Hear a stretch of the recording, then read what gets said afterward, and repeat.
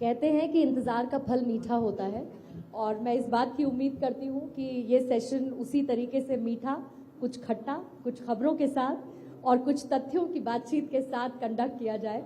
और बहुत बहुत स्वागत एक बार फिर से आपका टी.एस. सिंहदेव सर मैं करती हूँ। Thank you for coming here and thank you and we are glad that you have with us today. Vision of new Chhattisgarh, आज इसी की बात कर रहे हैं और बहुत सारे मुद्दों पर कोशिश करूंगी आपसे सवाल रखूं सामने। लेकिन सबसे पहले मैं ये जानना चाहती हूँ कि आप खुश हैं या आप नाराज हैं? मैं खुश ही रहता हूँ।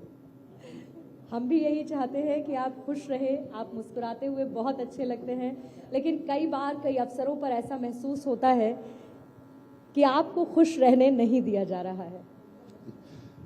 ये समाज है, परिस्थिति है, राजनीति भी है। समय परिस्थिति एक जैसी नहीं रहती और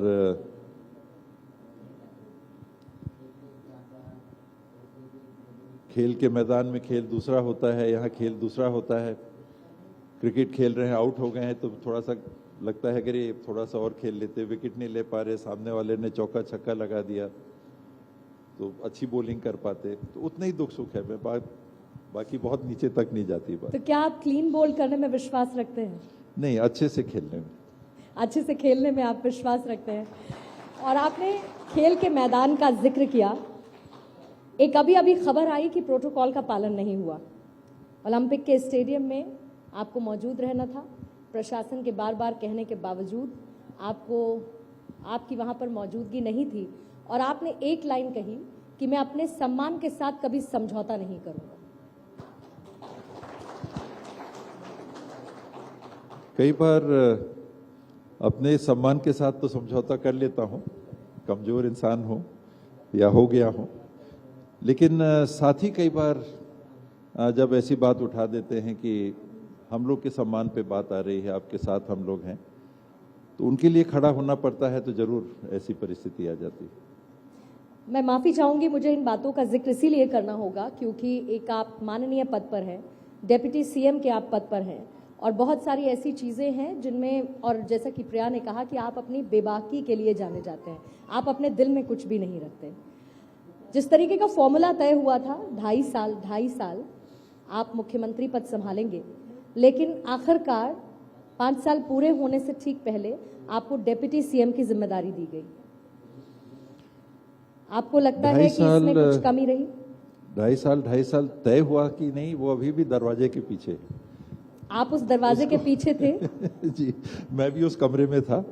क्या क्या बातें हुई उसकी एक मर्यादा उसको मानना है, क्योंकि जिनके साथ बात हुई उन्होंने कभी कुछ नहीं कहा इसके बारे में।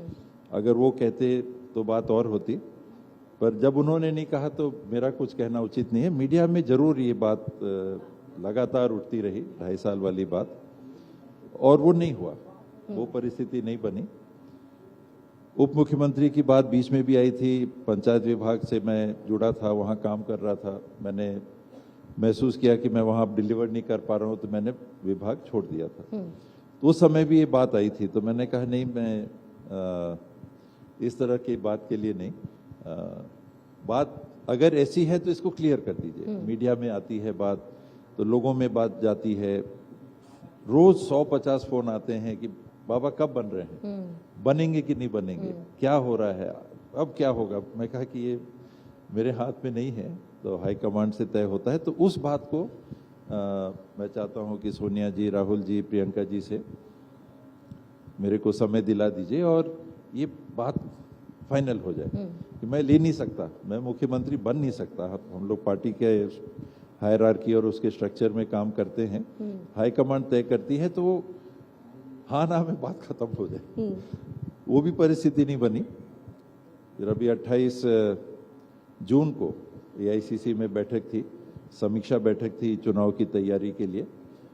खड़गे सर, राहुल जी, वेणुगोपाल जी, शैलजा जी, कुछ सीनियर लीडर्स छत्तीसगढ़ से बुलाए गए थे। उस दिन ये बात एकदम से आ गई और मुझे कहा गया कि ये बात है। मैंने कहा कि नहीं, इसमें सचिन पायलट जी पीसीसी प्रेसिडेंट के साथ उप मुख्यमंत्री थे, तो वो काम नहीं कर पा रहे थे। तो एक पद नाम से कोई वो नहीं फर्क पड़ता है, काम करने की स्थिति होनी चाहिए कि काम अच्छे से कर पाए। और हाई कमांड की कोई ऐसी बात होती है तो कहा हाई कमांड से, मैं कहा फिर तो कोई बात ही नहीं करनी, हाई कमांड की बात नहीं माननी, फिर तो या तो पार्टी के बाहर जाओ या स्वीकार करो, उनकी बात हो गई तो फाइनल हो गई। तो मुख्यमंत्री की बात नहीं आई हाई कमांड के नाम से। अभी उप मुख्यमंत्री की जिम्मेदारी आप ले लो, एक प्रोटोकॉल, पदनाम, एक गरिमा की बात है, गौरव की बात है, पार्टी ने उस लायक समझा और बखूबी आप उस जिम्मेदारी को निभा भी रहे। लेकिन आपने कहा कि उस बंद कमरे में आप भी मौजूद थे। दो कहावतें मुझे याद आती हैं कि एक, दीवारों के भी कान होते हैं, और दूसरा, जब बात निकलती है तो दूर तलक जाती है। न सिर्फ मीडिया में इस बात की चर्चा हुई, लेकिन आप इसको लेकर असहज भी कई मौकों पर दिखाई दिए, दिल्ली तक आपने दौड़ लगा दी। और क्या आपको लगता है कि अब जब ये फैसला लिया गया तो कोई प्रेशर पॉलिटिक्स काम आई? कई परिस्थितियां रहती हैं, उनमें मुझे उस योग्य उन परिस्थितियों में नहीं समझा होगा कि मुख्यमंत्री की जवाबदारी दी जाए। चर्चा थी सभी के बीच में, तो बात तो वहां भी जाती थी जी। तो उनके कानों तक भी बात गई होगी, सीनियर मोस्ट लीडरशिप के कानों तक भी बात गई होगी, इसमें कोई दो बात नहीं है। और मैं भी बार बार दिल्ली इसीलिए जाता था कि हल हो जाए, कि ये फाइनलाइज हो जाए कि क्या होना है, नहीं होना है। और होते होते कई चीजें नहीं होती हैं। खुलकर कहिए सिंहदेव साहब, खुलकर कहिए। ये होते होते नहीं हुई, तो इसमें भी वही परिस्थिति आई। फिर यूपी के चुनाव आ गए और चीजें आ गई, समय टलता गया, 2.5 साल भी निकल गया, अब इस मुकाम पे है। मलाल है आपको, क्योंकि 2018 में जो पार्टी को जीत मिली, क्या इस बात से कोई नकार सकता है छत्तीसगढ़ में कि टीएस सिंहदेव ने अपने कंधे पर पूरा भार उठाया और संगठन से लेकर जमीन तक मजबूती पार्टी को दी, जिसकी बदौलत 15 साल बनाम 5 साल की बात आज आप कर सकते हैं? मैं अकेले तो नहीं, पर हम सब ने मिलके पार्टी के लिए काम किया था। कई लीडर्स थे, कई सीनियर लीडर्स थे। भूपेश भाई पीसीसी प्रेसिडेंट के रूप में थे, सीएलपी लीडर के रूप में मुझे काम करने का मौका मिला था। बहुत साथी, हम लोगों ने मिल के काम किया था जी। और उस समय इस प्रकार की बात नहीं थी कौन बनेगा। चुनाव के पहले चर्चाएं थी, लेकिन कहीं कोई पोजीशनिंग या पोस्चरिंग नहीं थी। और सबने मिलके काम करके ये नतीजा, आश्चर्यजनक नतीजा, क्योंकि 68 सीट मैंने नहीं सोची थी मेजॉरिटी आएगी। ये लगता था शायद 60 तक पहुंच जाएं, बड़ी बहुमत से और बड़ी संख्या में लोगों ने काम करने का मौका दिया। आपने बहुत मेहनत की, बातें हुई, बंद दरवाजे के पीछे, बाहर तक बातें गई। जेसी सर कहते हैं कि जनपत्री में जो होता है, आप जनपत्री दिखाने में यकीन रखते हैं सर? कमरे के बाहर बात नहीं गई, अनुमान लगाए गए। आपने कभी किसी को अपनी जनपत्री दिखाई? योग है, मैं सहयोग है? सही में पूछिए तो मैं उसमें विश्वास वैसा नहीं करता जी। बड़ा हुआ, साइंस का स्टूडेंट हुआ, स्कूल में था तो दिमाग थोड़ा सा साइंस प्रमाणित होना चाहिए तब मानो।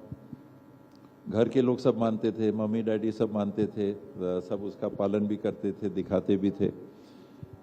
मैं उसमें उतना विश्वास नहीं कर पाता, लेकिन लोगों ने देखी, हाँ भी कहा जी कि है ये योग है, इस घर में ऐसा है तो उसमें ये बचा है, उसमें राहु है तो इसमें केतु है तो इसकी ये दशा है। वो सारी आपकी जिंदगी में और सीएम बनने में राहु और केतु कौन कौन आपको दिखता है सिंहदेव साहब? परिस्थिति, कोई व्यक्ति विशेष नहीं दिखता आपको? बहुत सारे लोग रहते हैं जो डिसीजन मेकिंग प्रोसेस में रहते हैं और सभी का रोल उसमें। देखिए, मुझे काम करने का मौका मिलता बतौर सीएम तो अच्छा लगता जी, कि मैं भी करके देखता कि कुछ कर पाऊंगा कि नहीं। आप जिस फील्ड में हैं, ये मन में तो बात रहती है कि मौका लगेगा तो ट्राई करेंगे, अपन भी ट्राई करेंगे। सबके अपने अपने तरीके हैं। सहवाग, सिक्सर, द्रविड़ जी, थोड़ा डिफेंस, तो अलग अलग नेचर से अलग अलग सब काम करते हैं। और ये बात वहां तक बढ़ी। मैंने कभी सीएम बनने के मंशा से काम कभी नहीं किया। पॉलिटिक्स में आया तो पॉलिटिक्स में आना नहीं चाहता था, आया तो कोई ऐसा टारगेट नहीं था कि ये हासिल करना है। चुनाव लड़े, पिछले बार तो ये मन में था, तीसरी बार जीत पाएंगे, अगर सरकार आएगी तो मंत्री बनने की मंशा थी, मंत्री बनना चाहिए। सीएम वाली बात कभी लेके टारगेट नहीं चला, बनेंगे तो अच्छा होता। उस नाते काम करने का मन में बहुत सारे विचार रहते हैं, हर आदमी अपने तरीके से सोचता है, तो करके देखते हैं। लेकिन आज आप डेप्यूटी सीएम हैं और डेप्यूटी सीएम के तौर पर हमारे बीच में मौजूद हैं। अगला सवाल मेरा आपसे सिंहदेव सर ये है कि कई बार ये कहा जाता रहा, एक जीएसटी का बड़ा मुद्दा उठता है, कहा जाता है कि इतना बकाया है, प्रदेश को इतना मिला नहीं। ये कहा जाता है कि केंद्र सरकार हमारे साथ समन्वय से काम नहीं करती है। ऐसा है क्या कि केंद्र या प्रधानमंत्री ने कभी भी इसको लेकर निराशा दिखाई हो कि ये छत्तीसगढ़ प्रदेश है, यहाँ बीजेपी की सरकार नहीं है, तो हम इसके साथ भेदभाव रखेंगे? इसमें जीएसटी में जो होता है, आप सब भी जान रहे हैं, जीएसटी लागू हुआ जुलाई 2017 से लागू हुआ। स्टेट्स ने अपना अधिकार टैक्स लगाने का जीएसटी काउंसिल में निहित कर दिया, एक्ट बना, और उस समय ये तय हुआ था कि इतने समय के अंतराल में पेमेंट्स राज्यों को मिलते जाएंगे। 14% प्रोटेक्टेड इनकम का प्रावधान था कि कम से कम 14% बीते वर्ष से ज्यादा इनकम राज्य को मिले, वो जीएसटी काउंसिल सुनिश्चित करेगा सेस के माध्यम से, और जिनको ज्यादा मिल गया उनको फिर सेस के माध्यम से कॉम्पनसेशन नहीं होगा। तो इस राशि के हस्तांतरण में जो हर 2 महीने के बाद मिल जानी चाहिए, उदाहरण के लिए, वैसा नहीं होता रहा, तो उसमें इंतजार करना पड़ता रहा। मेरे पास ये डाटा नहीं है कि मैं ये कहूं कि कांग्रेस के राज्यों को नहीं मिला और बीजेपी के गवर्न राज्यों को मिल गया। सभी स्टेट्स ये बात करते रहे कि पैसा रुका हुआ है, पैसा नहीं आया, तो ये गैप आते रहे कि समय से जो पेमेंट मिलना था उसमें देरी होती रही, ये होता रहा। और कोविड टाइम में जो पार्लियामेंट के एक्ट में निहित था कि 14% प्रोटेक्टेड इनकम मिलेगा ही, उसको सरपास करके कहा कि 10% के हिसाब से हम देंगे जी। तो वो अंतर आया, उसको हम 14% से क्लेम करेंगे तो हमारा ड्यू है, कॉन्स्टिट्यूशनल पोजीशन है, एक्ट ऑफ पार्लियामेंट है। तो एक्ट ऑफ पार्लियामेंट को सुपरसीड करके जीएसटी काउंसिल ने 10% की व्यवस्था दे दी। उसमें आकलन लगाया जाता है कि हमको कम मिला, और देरी से जब मिलता है तो मांग होती है देरी से मिला। कभी कभी राज्यों की तरफ से जो देरी होती है, आपको यूटिलाइजेशन सर्टिफिकेट, कंप्लीशन सर्टिफिकेट, जो फॉर्मेलिटीज रहती हैं उसमें देरी होगी तो कभी कभी देरी होती है। लेकिन जिस 2 महीने के अंतराल में पिछले 2 महीने का मिलना चाहिए था, वो कई मौकों पे नहीं मिला। लेकिन केंद्र की तरफ से कभी ऐसा भेदभाव वाला रवैया, या प्रधानमंत्री की तरफ से छत्तीसगढ़ को लेकर कभी ऐसा भेदभाव रवैया? प्रधानमंत्री तो इसमें दखल नहीं है, जीएसटी में दखल नहीं रखते, ये जीएसटी काउंसिल के माध्यम से ही होता है, और फाइनेंस मिनिस्टर इसमें रहते हैं, चेयर करते हैं उस बॉडी को। तो केंद्र सरकार का दखल इसमें नहीं है। तो ये कह सकते हैं कि कोई ऐसे भेदभाव जैसी बात नहीं हुई, क्योंकि वो उनका डाटा इसमें मेरे रोल पास नहीं नहीं था। है। ये डाटा किसी कांग्रेस या गैर भाजपा राज्यों को नहीं मिला, ऐसा मेरी जानकारी। देर से मिला, कई बार विनती करनी पड़ती रही, कई मौकों पे ऐसी स्थिति आई कि देर से मिला। दिख रहा है कि सेस पूल में, सेस अकाउंट में पैसा है, जीएसटी का कलेक्शन तो होके चले गया, पूरे देश से कलेक्शन होके चले गया, तो पैसा हर 2 महीने में राज्यों को मिल जाना चाहिए। आपको तनख्वाह देनी है, हर महीने तनख्वाह देनी है, अब आप टैक्स भी नहीं लगा सकते, जीएसटी काउंसिल में टैक्स लगाने का अधिकार चला गया, तो आप अपना खर्चा कैसे करोगे? तो हर महीने जैसे घर का खर्चा है, अब आपने 4 महीने तक डिले कर दिया, तो राज्यों का तो काम एकदम रुक जाता है, क्योंकि 4 महीने का पैसा तो तनख्वाह में चला गया, तो विकास के कार्यों में पैसा नहीं लगा। ये परिस्थितियां तो हुई जी। आपके चाहने वाले ऐसा भी कहते हैं कि आप बीजेपी में भी जा सकते हैं। आपके चाहने वाले ये भी कह देते हैं कि दिल्ली चक्कर आपका लगा, और ये तो आपने खैर खुद भी कहा कि आपके पास ऑफर था, लेकिन आपने उस ऑफर को ठुकरा दिया, या मन में कहीं किसी कोने में है कि आगे संभावना है? ठुकराने की बात नहीं थी, मेरे जो विचार हैं वो बीजेपी के कुछ अहम बुनियादी विचारों से मेल नहीं खाते, और वो कारण है, राजनीतिक कारण नहीं है, क्योंकि बहुत कांग्रेस के साथ ही बीजेपी में गए, आज बीजेपी में है, अच्छी अच्छी जगहों पे भी होंगे, मंत्री भी होंगे, अन्य स्थानों पे भी होंगे। मेरे विचार बुनियादी मुद्दों में कुछ मेल नहीं खाते, इसलिए मैं बीजेपी में नहीं जा सकता। और आगे जाने की संभावना? बिल्कुल भी नहीं है। तो आप बीजेपी में नहीं न जा रहे रही है, हैं, आप न रहे थी ना होगी। न थी ना है और न कभी होगी। कमिंग बैक टू इलेक्शन क्योंकि छत्तीसगढ़ में चुनाव होने हैं, सरगुजा संभाग में आपकी स्थिति आपको किस तरीके की नजर आती है, खासतौर से आपकी अपनी सीट अंबिकापुर की? हर मैच टफ रहता है। आप मैदान में खेलने उतरिए और आप ये सोच के उतरिए कि मैं तो जीतूंगा ही, तो पहली गलतियां होंगी और आपको नुकसान हो सकता है। क्रिकेट की ही भाषा में कई बहुत कमजोर मानी जाने वाली टीमों ने भी भारत को हराया। कई ऐसे, अभी एशिया कप हो रहा था उसमें भी हम लोग हार गए एक मैच, 6 रन से हार गए।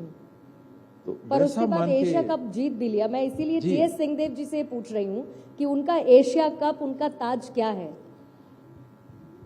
एक वोट से जीत जाओ। जी, पहला चुनाव लड़ा, मेरे मन में था कि, तो मैं कहता भी हूँ, अच्छा नहीं लगता कि अब ज्यादा कह दे रहा हूँ कई बार, मुझे लगता है मैं ठीक ठाक आदमी हूँ, ओके है, बुरा आदमी नहीं है, किसी का बुरा नहीं करता, जान के किसी का गलत नहीं किया होगा, तो चुनाव लड़ूंगा तो लोग जरूर साथ देंगे। जी, म्यूनिसिपल में भी काम किया, लोग कहते थे कि नहीं ठीक ठाक काम किया इसने। उस समय की खोदी हुई सड़कें, बनाई हुई सड़कें आज खोदी नहीं जाती, क्योरिंग अच्छे से हुई, नाली बनानी है, पाइपलाइन बिछाना है, तो अच्छा लगा था काम करके। तो मेरे को लोग साथ मिलेगा, मैं जीत जाऊंगा, 15-20 हजार वोट से तो जीत जाऊंगा। जीतेंगे आप? जीत जाऊंगा ऐसा मुझे लगता था, और मैं जीता 1000 वोट से कम। उसी दिन मैंने मन में बैठा लिया कि अब ये टारगेट नहीं रखना, लड़ रहे हो तो जीतने के लिए लड़ो, 1 वोट का टारगेट रखो, बाकी लोगों के ऊपर छोड़ दो। तो आज भी वही हाल है मेरा। आपने कहा कि आपको लगता है और बाकी लोगों को भी लगता है कि आप ठीक ठाक आदमी हैं, लेकिन मैक्सिमम लोगों को लगता है कि आप बहुत अच्छे आदमी हैं, आप व्यक्तित्व के धनी हैं, लेकिन आप उतने मजबूत पॉलिटिशियंस नहीं हैं क्योंकि आपको राजनीति करनी नहीं आती। जो पहले चुनाव का मैंने उदाहरण दिया, बमुश्किल 1000 वोट से कम से जीता था, मेरे बहुत करीबी साथियों ने कहा कि बाबा आपको राजनीति नहीं आती, चलिए जशपुर चलिए, दिलीप सिंह जोदेव के पास आप ट्रेनिंग लेना। दिलीप काका एकदम वो थे, होल्स्टर लेके भी चलते थे, पिस्टल भी साथ में रखते थे, दबंग लीडर माने जाते थे भी, दिल से भी, मन से भी और कार्य से भी दबंग थे। तो उन्होंने कहा कि आप बिल्कुल कुछ नहीं जानते, चलो वहां। मैंने कहा नहीं, और काका से पूछ लेंगे, सलाह लेंगे। दूसरा पहलू, जब म्यूनिसिपल के चुनाव में आना था तो डैडी ने चिट्ठी लिख के भेजा, बहुत कम जीवन में उन्होंने कुछ कहा करने के लिए, चिट्ठी लिख के भेजा, राजनीति तुम चुनाव में मत आना। अच्छा। हाँ, मैं उनकी बात नहीं रख पाया, आ गया, काम किया, और तब से यही महसूस किया। लोग मेरे लिए वैसे ही कहते हैं कि आप बोल्डली नहीं करते हो, लड़ते नहीं हो। मैं उसका विश्लेषण करता हूं, मुझे लगता है कि कुछ काम कराना है तो कॉलर पकड़ के कराऊं या बात करके कराऊं। अगर काम सिर्फ कॉलर पकड़ के कराया जा सकता है तो मैं राजनीति के लिए फिट नहीं हूं, क्योंकि मैं कॉलर नहीं पकड़ूंगा। मैं गरिया के या वैसे हावी होके, अग्रेसिव अप्रोच के साथ आप जरूरत नहीं महसूस होती, क्योंकि काम ऐसे भी हो सकते हैं और होते हैं और हुए हैं, लगातार होते हैं। लेकिन कई काम ऐसे हैं टीएस सिंहदेव सर जो बात करने से नहीं हुई, ऐसे कभी बहुत, कभी गलती हो जाती है मुझसे। कभी आपको ख्याल आया कि मुझे कॉलर ही मैं पकड़ लेता तो बढ़िया रहता? कभी कभी पकड़ा भी, और हमेशा मन में आया कि गलती कर दी, अपने स्वभाव के विपरीत कर दिया, और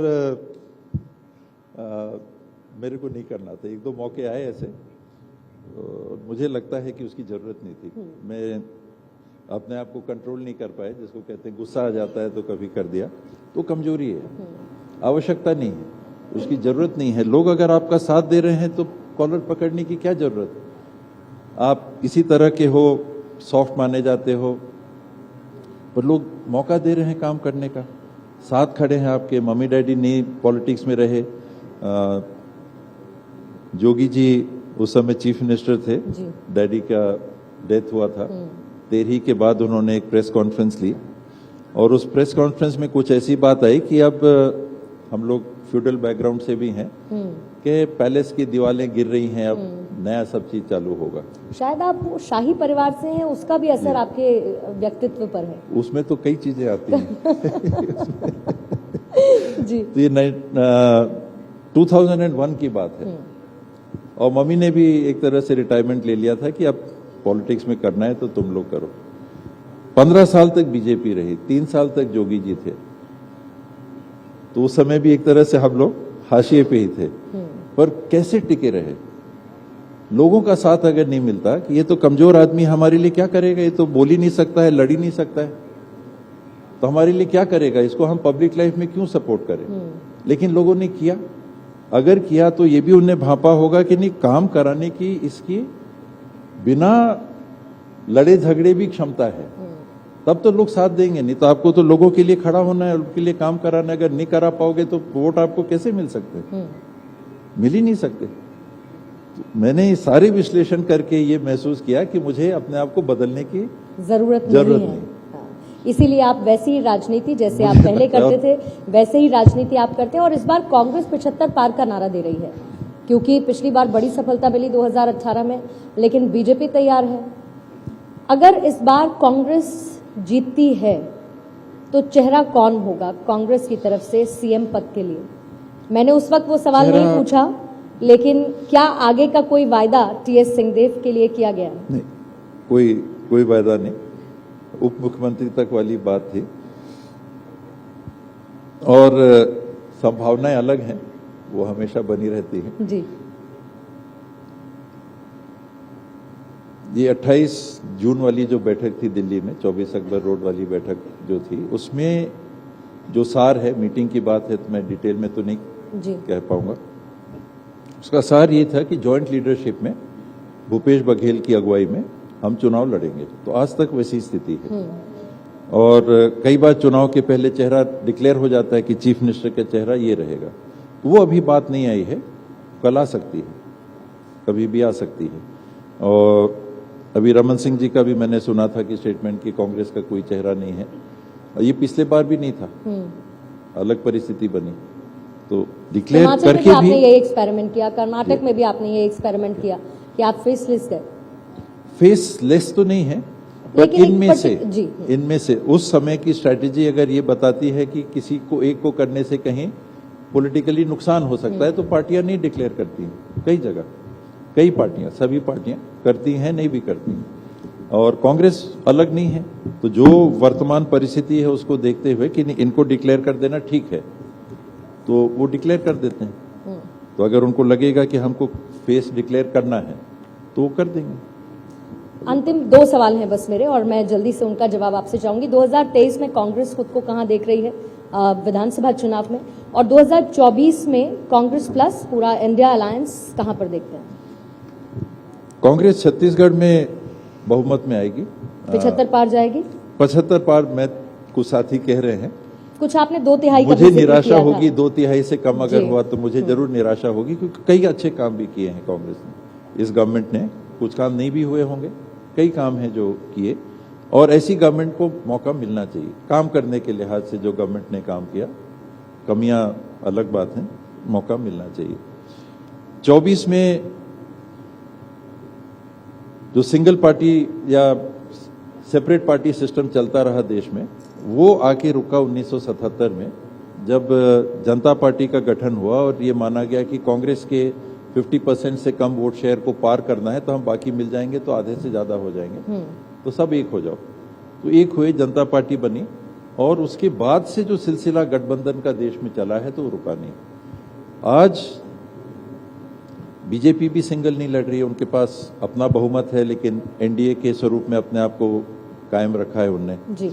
तो इसके विकल्प में कि 36% वोट शेयर लेके अगर आपको 60% से ज्यादा सीट्स मिल रही है और आपको इसको पार करना है, तो अकेले कांग्रेस 18%, दूसरी पार्टी 6%, 8%, बीजेपी को आप नहीं टच कर पा रहे हो। तो एक नहीं हो गए तो बीजेपी को आज टच करते हुए विश्लेषण हो रहा है, नहीं दिख रहा है। और इंडिया अलायंस का मीडिया में एक मैं कवरेज देख रहा था कि एनडीए 38% या 39% और इंडिया 34.6 या कुछ %, तो करीब ही हो जाता है। तो वोट के इस गणित में जहां 7 चुनाव लड़ने की परिस्थिति बन गई है, गठबंधन बना के चुनाव लड़ने की परिस्थिति बन गई है, तो इंडिया अलायंस एक अच्छा ऑप्शन है। एनडीए के सामने खड़ा होने के लिए। पर सस्टेन करेगा या नहीं ये भविष्य में तय होगा। प्रयास चल रहा है, कॉन्ट्रडिक्शंस हैं, हर राज्य में एक दूसरे के सामने चुनाव लड़ने की स्थितियां हैं, तो एक बड़ा आपको निर्णय लेना पड़ेगा कि जिन मुद्दों को लेके आप एक होना चाह रहे हैं, देश में जो चैलेंजेस आप महसूस कर रहे हैं, सिर्फ बीजेपी को हराने की बात नहीं है, ये तो नेगेटिव हो गया कि किसी को हराने के लिए हम साथ हो जाएं। हम ये करना चाहते हैं, देश में आप कुछ परिस्थितियां देख रहे हैं कि ये ठीक दिशा में देश नहीं जा रहा है, इसको हमको रोकना है, हम इनको नहीं रोक पाएंगे, अलग अलग साथ आओ, तो वो उद्देश्य रहेगा तो एक आ पाएंगे। तमिलनाडु में कौन लड़ेगा, डीएमके की कांग्रेस कितने सीट लेंगे, टीएमसी कितनी लड़ेगी, कांग्रेस कितनी लड़ेगी, लेफ्ट पार्टी ने अभी अपना राय देना जाहिर कर दिया है। केरल में अब क्या होगा, कम्युनिस्ट पार्टी है, कांग्रेस है, दूसरे अलायंस पार्टनर्स हैं, सपा का क्या होगा, कांग्रेस का क्या होगा, अन्य अलायंस पार्टनर्स हैं, आम आदमी पार्टी का क्या होगा, पंजाब में कांग्रेस का क्या होगा। तो ये सारे निटी-ग्रिटीज को डील करके आपको उस उद्देश्य के लिए, देश के सामने जो परिस्थितियां हैं, उस लक्ष्य को लेके आप एक हो रहे हो। सिर्फ बीजेपी को हराना है तो वो कोई फिर बात कहा तो यही जाता है सर, नहीं, कहा तो यही जाता है कि नरेंद्र मोदी को हराना है, बीजेपी एनडीए को हराना है और इसीलिए हम सबको एक साथ एक मंच पर आना होगा। मैं उससे कभी ऐसी बात से मैं पहले भी सहमत नहीं था, क्योंकि 2018 के चुनाव में भी मैं ये कहता था कि हराने के लिए चुनाव लड़ना कोई मायने नहीं रखता, करने के लिए चुनाव लड़ना। आप किसी के कमी के चलते जीत गए तो क्या जीते, हम अच्छा कर सकते हैं उस आधार पे जीतो तो फिर कोई जीत का मकसद है, टारगेट क्या है, हम ये करना चाहते हैं तो लड़ना चाहिए। किसी को हटाना तो छोटी चीज होगी, उन्हें हटा दिया तो फिर क्या करोगे आप। टारगेट आपको किसी का हटाना है तो देश की बात कहां रही, डेवलपमेंट की बात कहां रही, स्वतंत्रता की बात कहां रही, एम्प्लॉयमेंट की बात कहां रही, प्राइस राइज की बात कहां। आपका टारगेट तो जनहित होना चाहिए ना, कुछ आइडियाज, प्रोग्राम्स, डायरेक्शन, कंट्री को कौन सा डायरेक्शन देना। एक आदमी को हटाया तो फिर तो आपके पास कुछ करने कोई नहीं है जिस दिन आपने हटा दिया। तो मैं वैसा नहीं सोच पाता। कोई व्यक्ति है, वो अपने जगह है, वो एक टीम के आज लीडर हैं, वो टीम हारेगी तो वो हटेंगे, लेकिन आप जीतोगे तो इसलिए। और क्योंकि आपने टीम का जिक्र किया, बस छत्तीसगढ़ की जनता यही जानना चाहती है कि काका और बाबा में सब ठीक है। हाँ, चलता है, बढ़िया, ठीक है, चल रहा है, मैच चल रहा है, बातचीत होती है, काम हिट एंड रन चल रहा है सब बढ़िया है, टच एंड गो चलता रहता है और नेक एंड नेक भी चलता रहता है। बहरहाल thank you so much sir हमारे साथ ज्वाइन इन करने के लिए।